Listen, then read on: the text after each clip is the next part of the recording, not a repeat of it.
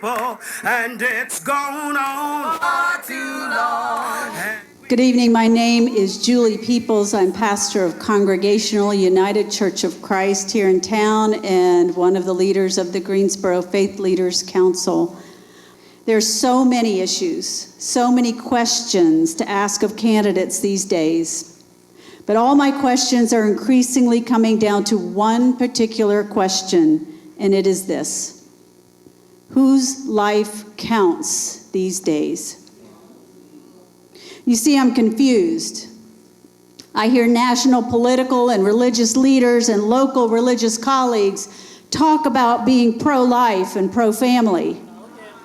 I hear them talking, using those terms, but I am having a very hard time seeing it, figuring out exactly whose life they are pro, whose family they are in favor of and willing to work for, fight for, and defend. Journalists' lives apparently don't count anymore. Immigrant and refugees clearly don't count, as we are still separating families not only at the border, but here in Greensboro, here in North Carolina, each and every day, with more and more detentions and deportations lining the pockets of for-profit prison companies that are lining the pockets of politicians. Clearly, people of color don't count, and neither do their votes.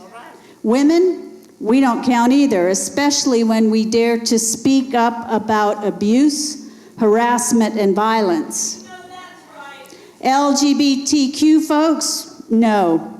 In fact, there are apparently plans afoot to erase the identity of transgender folks, so obviously their lives don't count.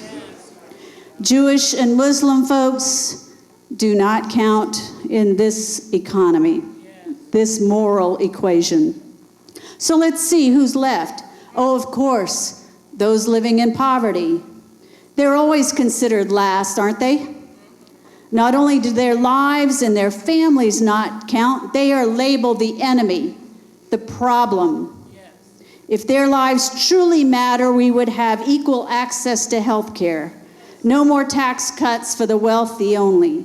Strong public education and a serious commitment to confront climate change. I pastor a wonderful church full of people who have been told by other people of faith that they don't count, and now they are hearing it from the highest levels of government. Yes. Those of us who claim the label Christian follow the refugee, brown-skinned, poor Jewish rabbi who said the last shall be first. The very same one who said, "Blessed are the persecuted, not blessed are the privileged." The gracious one who repeatedly quoted Hebrew scripture in saying, "Do not be afraid, not let's see which group we can scare today with our fear-mongering political ads and speeches and policies." We follow one who was himself a scapegoat, not one who succeeds by scapegoating all the groups I named above. That's right. Devaluing the life of any child of God is immoral. Valuing political victory over human life endangers the very soul of our nation. Yes. Embracing nationalism is idolatry. Yes. Believing you can be Christian and a nationalist is impossible and an offense.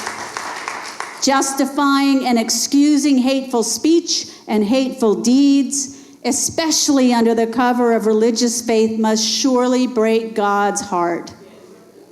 So today, I only have one real question, one that I ask you to think about deeply, pray about fervently, and answer honestly. And it is this: whose life counts? Thank you. Somebody is telling us lies, is abusing their authority, is hurting our people, and And it's gone on far too long. And we won't be silent anymore. Somebody's hurting our people, and it's gone on far too long. And we won't be silent